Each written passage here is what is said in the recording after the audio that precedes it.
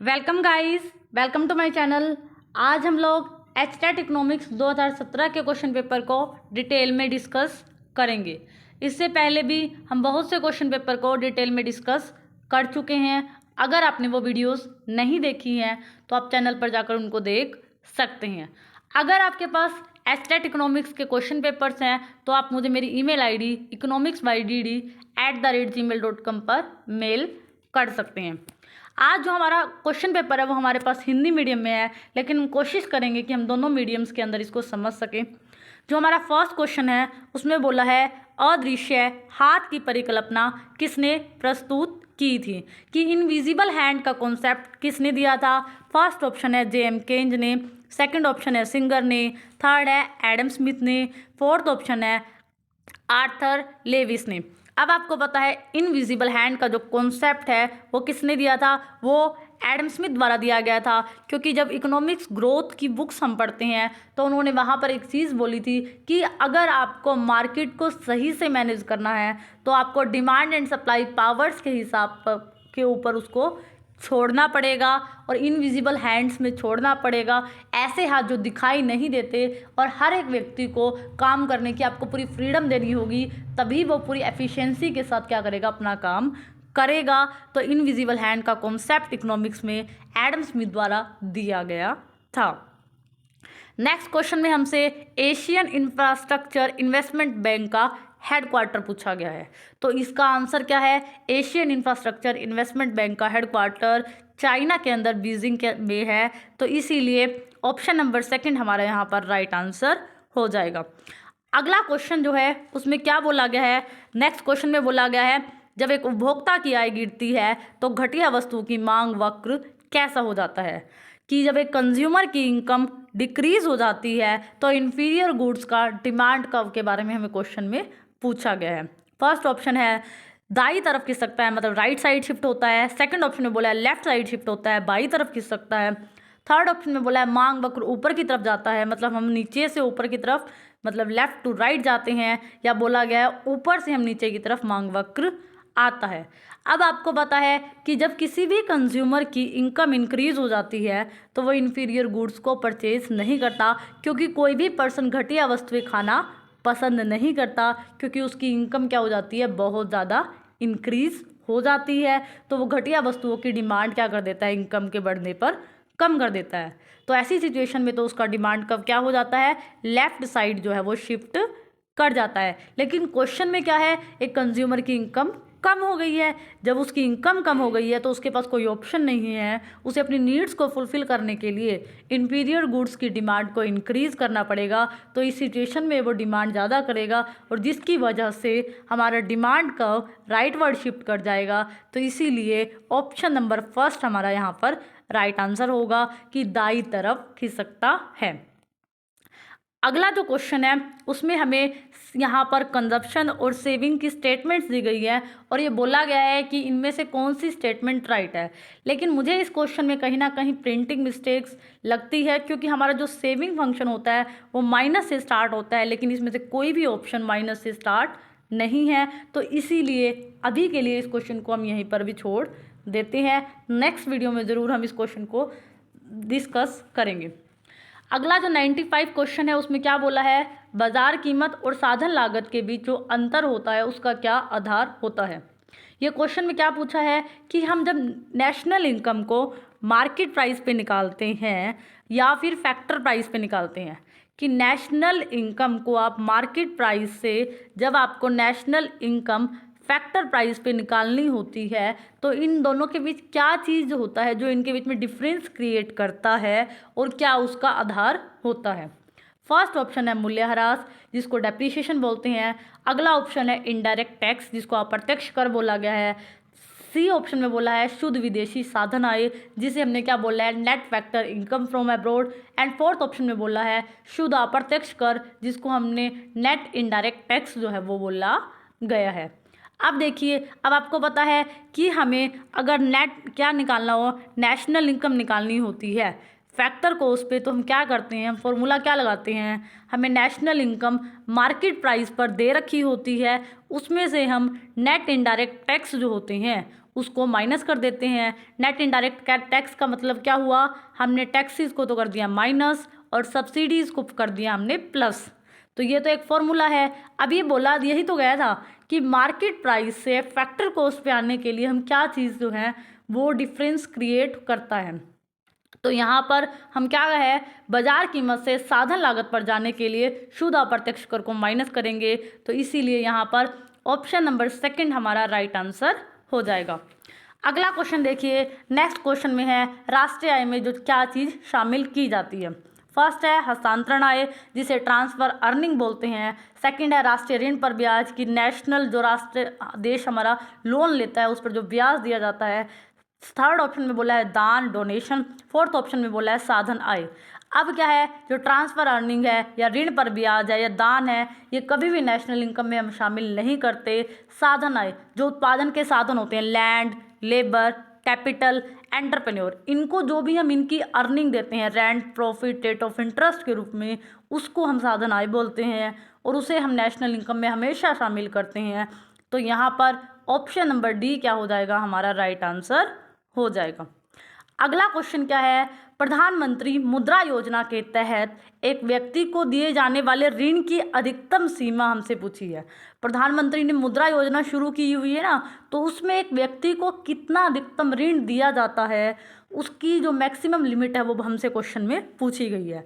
और क्वेश्चन में क्या बोला है, क्वेश्चन में बोला है वो 1 लाख रुपए है, 10 लाख रुपए है, 1 करोड़ रुपए है या 10 करोड़ रुपए है। तो 10 लाख रुपए तक मुद्रा योजना के तहत एक व्यक्ति को मैक्सिमम जो अमाउंट लोन दिया जा सकता है वो 10 लाख रुपए है। तो इसीलिए ऑप्शन नंबर सेकंड हमारा यहाँ पर राइट आंसर हो जाएगा। नेक्स्ट जो क्वेश्चन है, नेक्स्ट क्वेश्चंस में क्या है, कई क्वेश्चंस में नंबर नहीं डले हुए तो आप देख लेना। अगला जो क्वेश्चन है यहाँ पर हमें वर्ल्ड ट्रेड ऑर्गेनाइजेशन की मिनिस्ट्रियल जो कॉन्फ्रेंस होती है ना वो दी गई हैं और उनके साथ साथ क्या दिए गए हैं, उनके प्लेस दिए गई है और हमें इनको क्या करना है, मैच करना है। तो क्वेश्चन में है फर्स्ट WTO मिनिस्ट्रियल कॉन्फ्रेंस।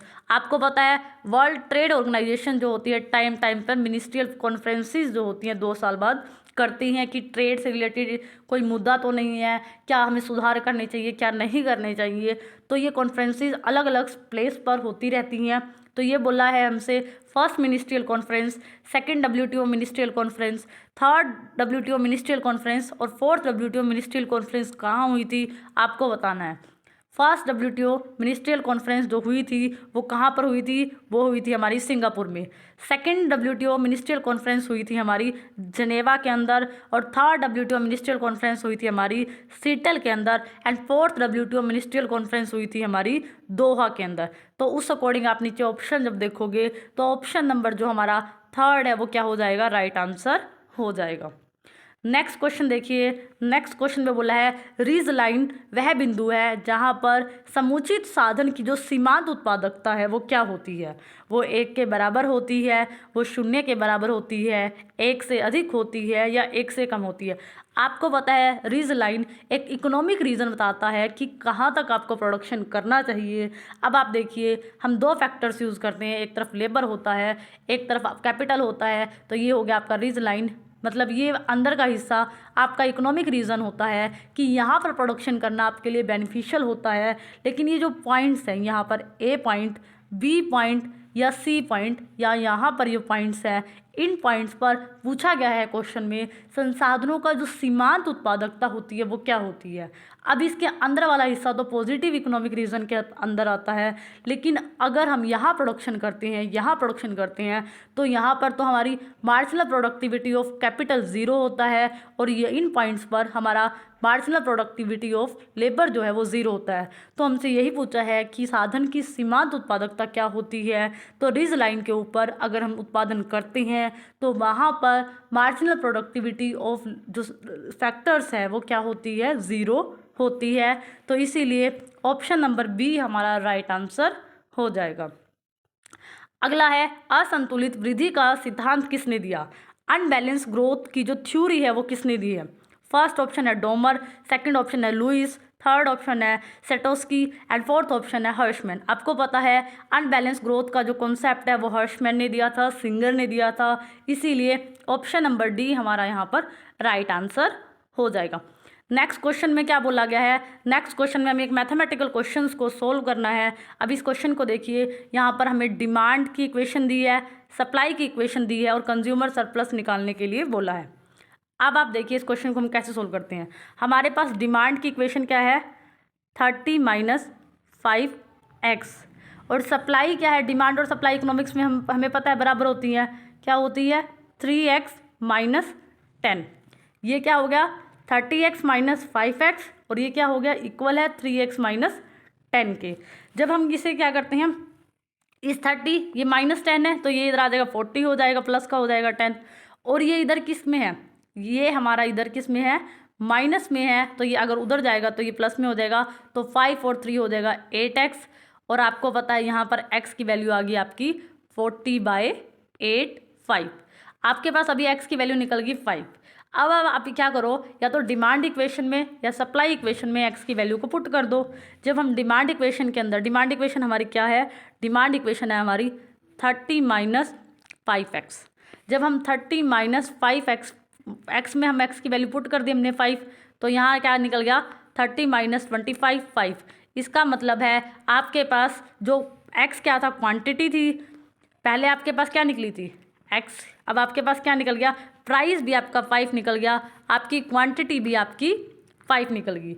अब आपको कंज्यूमर सरप्लस का फॉर्मूला लगाना है। कंज्यूमर सरप्लस का फॉर्मूला क्या होता है, कंज्यूमर सरप्लस का फॉर्मूला होता है जो आपके पास डिमांड इक्वेशन होती है, आप उसका इंटीग्रेशन करते हो, और उसके बाद आप क्या करते हो, पूरी डिमांड वाली इक्वेशन का इंटीग्रेशन करते हो, उसके बाद आप प्राइस इंटू क्वांटिटी करते हो, ठीक है, माइनस कर दोगे क्या, प्राइस इंटू क्वांटिटी। अब आप देखिए हमारे पास डिमांड की जो इक्वेशन है वो क्या दे रखी है, वो हमारे पास दे रखी है 30 माइनस 5x, और उसके बाद आपके पास अभी x की वैल्यू निकली थी 5, और उससे हमने प्राइस निकाला था, वो भी क्या निकला था 5, तो p इंटू क्या हो हमारे पास क्या हो गया 5 अब क्या करते हैं हम क्या करते हैं इस क्वेश्चन के अंदर, इस क्वेश्चन के अंदर अब हम इसे जो है सोल्व करते हैं, इसका इंटीग्रेशन को सोल्व करते हैं। अब आप देखिए 30 हो जाएगा, तो 30 का इंटीग्रेशन करेंगे तो क्या हो जाएगा 30x हो जाएगा। उसके बाद आप 5 का इंटीग्रेशन, 5x का इंटीग्रेशन करोगे तो क्या हो जाएगा 5x का स्क्वायर हो जाएगा, और अपॉन में क्या हो जाएगा 2 हो जाएगा, और माइनस हो जाएगा क्या 5 इंटू 5, इधर आप करोगे 25, और आपको पता है यहाँ पर x की वैल्यू जो क्वांटिटी होती है, जो क्वांटिटी हमारी 5 आई है, x के प्लेस पर 5 को हमें क्या करना पड़ेगा, पुट करना पड़ेगा। अब देखिए यहाँ पर हम क्या करेंगे 5 लगा देते हैं, मिनिमम लिमिट 0 और मैक्सिमम जो यहाँ पर क्वांटिटी है हमारे पास 5, तो x के प्लेस पर हमें क्या करना है 5 को पुट करना है। अब हमारा क्या आया सोल्व करके 30x माइनस, हमारा 30x आया था ना, और माइनस हमारा क्या आया था 5x का स्क्वायर अपॉन 2, और यहाँ पर हमारा आया था p इंटू क्या किया था हमने, तो 25 आया था। अब हमने x के प्लेस पर क्या पुट करना है 5 वैल्यू पुट करनी है। अब आप जब 30 इंटू क्या करोगे 5 करोगे, और यहाँ पर माइनस और 5 की वैल्यू पुट करोगे तो 5 को अपॉन 2 माइनस 25। अब आपको पता है 30 इंटू 5 क्या हो जाएगा 150 हो जाएगा, और 5 का स्क्वायर करोगे तो 25 आ जाएगा, 5 5 जा 25, और 25 को 5 से मल्टीप्लाई करोगे तो आपका आएगा 125 अपॉन 2 माइनस 25। अब आपके पास, आपको समझ आया, 150 माइनस 125 अपॉन 2 माइनस 25, अब इतना आपका सोल्व हो चुका है। अब हम क्या करते हैं 150 माइनस क्या आया था हमारा 150 आ गया था हमारा, और उसके बाद हमारे पास क्या आ गया था 150 माइनस 125 अपॉन 2 माइनस 25, इतना हमारा निकल गया था। अब आप 150 में से 25 माइनस करोगे तो आपका क्या आ जाएगा 125, फिर क्या बचा आपके पास 125 अपॉन 2। जब आप इसका एलशियम लोगे तो इधर आपका 2 बचेगा, इधर आपका 250 आएगा, 250 माइनस 125, अब 250 में से 125 गए तो क्या आया 125 अपॉन 2। जब आपने इसको कट किया तो आ गया आपका 62.5। तो आपको समझ आया आपका कंज्यूमर सरप्लस कितना निकला है 62.5। तो आपका यहाँ पर कंज्यूमर सरप्लस निकल गया। आपको कुछ नहीं करना। अगर आपको अभी भी मैथमेटिकल सम्स नहीं समझ आया तो आपको डिमांड और सप्लाई की इक्वेशन को इक्वल रखना है। तो यहाँ से आपका प्राइस और यहाँ से आपकी क्वांटिटी की वैल्यू आएगी। एक्स आया हमारा 5 और एक्स हम किसी भी इक्वेशन में पुट करेंगे तो वहाँ से हमारी प्राइस की वैल्यू भी आई 5। उसके बाद हमने कंज्यूमर सरप्लस का जो फॉर्मूला है कि डिमांड इक्वेशन का आपको इंटीग्रेशन करना है, उसके बाद माइनस करना है प्राइस इंटू क्वांटिटी को, और यहाँ पर क्वांटिटी जो एक्स के प्लेस पर हमें जो क्वांटिटी की वैल्यू दे रखी है उसको आपको पुट करना है। उसके बाद आपका आंसर जो है सोल्व हो जाएगा। तो हमारा 62.5 जो है यहाँ पर कंज्यूमर सरप्लस निकला है। तो ऑप्शन नंबर सी के अंदर वो दे रखा है, तो यहाँ पर ये हमारा राइट आंसर हो जाएगा। अगला क्वेश्चन देखिए। अगले क्वेश्चन है नेक्स्ट क्वेश्चन देखिए। नेक्स्ट क्वेश्चन के अंदर हमें हैरर-डोमर मॉडल में बोला है इकोनॉमिक जो आय है, आय वृद्धि दे रखी है 5%, पूंजी उत्पाद अनुपात दे रखा है 3, हमें बचत दर निकालनी है।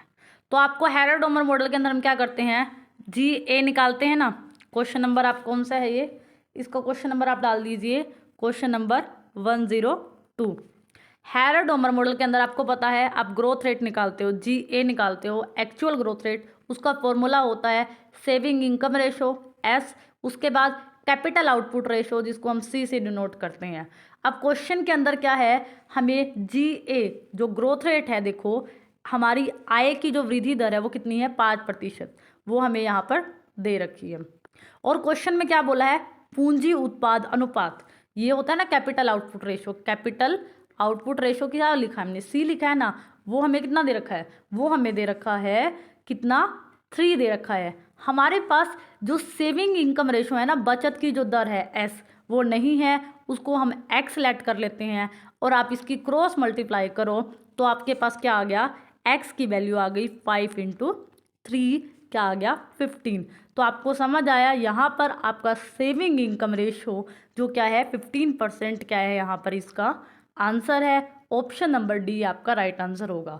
ये हैरड के ग्रोथ मॉडल का फॉर्मूला है कि G growth rate is equal to saving income ratio upon capital output ratio. जिस हमने बस उसमें क्या किया है, जी ए के प्लेस पर हमने 5% डाल दिया और हमारे पास एस की वैल्यू नहीं थी, और सी के प्लेस पर हमने 3% डालकर क्वेश्चन को सोल्व किया और हमारा 15% आंसर निकल गया। इसीलिए ऑप्शन नंबर डी हमारा राइट आंसर हो गया।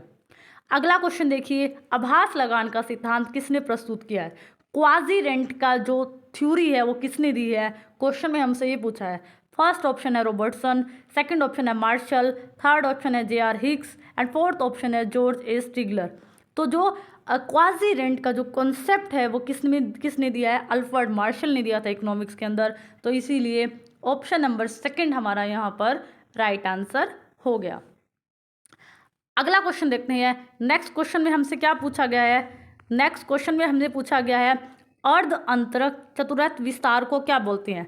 इंग्लिश में इसको क्या बोलते हैं, इंटर क्वार्टाइल सेमी, अर्ध हो गया ना सेमी। अगला क्वेश्चन देखिए, थोड़ा हिंदी में नहीं समझ आएगा, आपको इंग्लिश में बता देती हूँ। सेमी इंटर क्वार्टाइल रेंज या विस्तार को क्या कहते हैं, डैश भी कहते हैं। तो आपको क्या पता होना चाहिए, इसका फॉर्मूला पता होना चाहिए।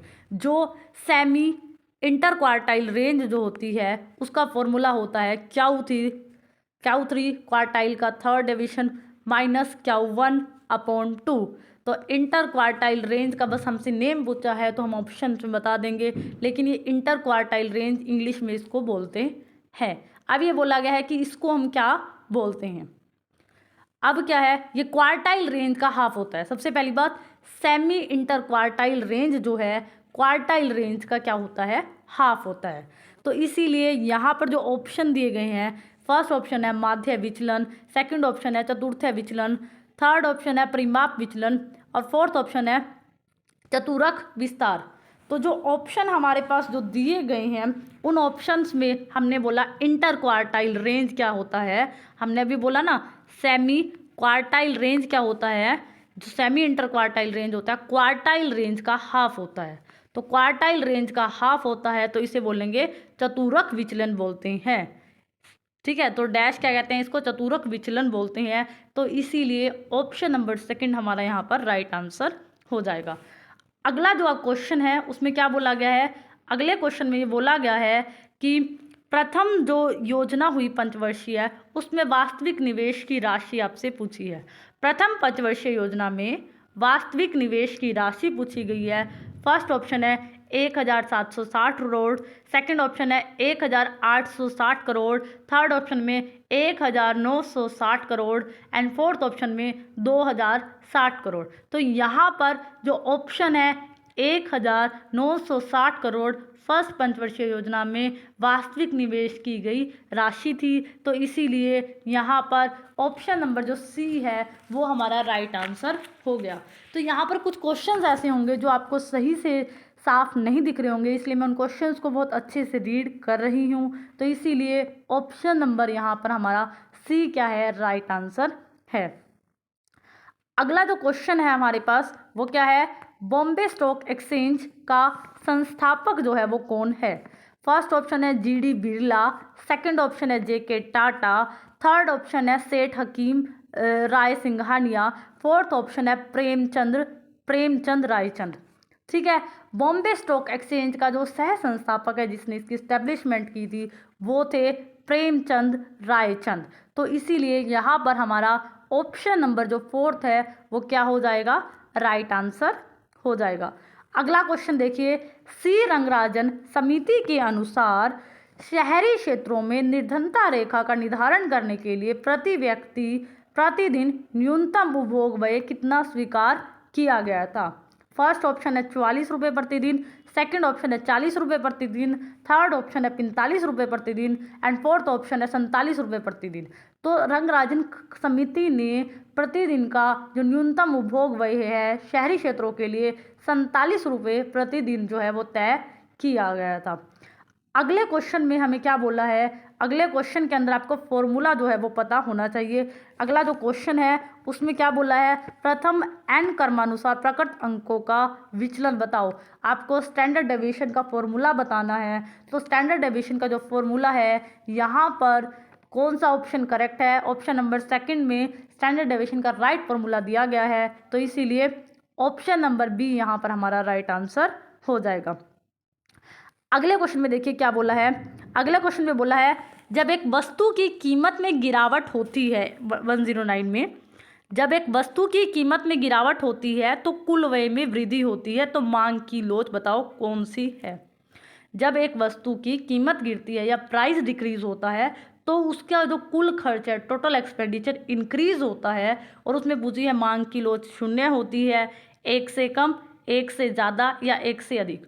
अब क्वेश्चन में हमने क्या कहा, जैसे ही मान लो ये प्राइस था और ये हम क्वांटिटी परचेज कर रहे थे, अब प्राइस में ज़रा सा चेंज होने से हमने डिमांड को बहुत ज़्यादा बढ़ा दिया, अपना कुल खर्च ज़्यादा कर दिया, या हम कहें हमने ज़्यादा क्वांटिटी परचेज कर ली। तो इस तरह की जो डिमांड कर्व होता है वो कैसा होता है, मोर इलास्टिक होता है, मतलब मोर देन 1 होती है इलास्टिसिटी। इसलिए यहाँ पर इकाई से अधिक क्या आ जाएगा, राइट आंसर आ जाएगा।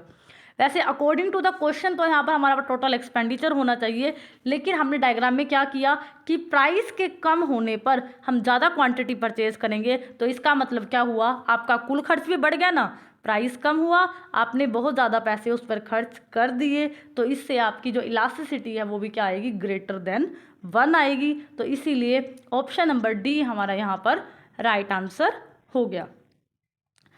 अगला क्वेश्चन है, अ ट्रेजरी ऑफ मनी जो पुस्तक है किसने लिखी है। बुक का नाम दिया गया है और ये पूछा गया है कि इसके लेखक कौन है, मार्शल है, जेम्स केंज है, रॉबर्टसन है या काउथर है। तो यहाँ पर ये जो ट्रेजरी ऑफ मनी, जो ट्रेजरीज ऑफ मनी की जो पुस्तक है ये जेएम केंज द्वारा लिखी गई थी। तो इसीलिए ऑप्शन नंबर सेकंड हमारा राइट आंसर है।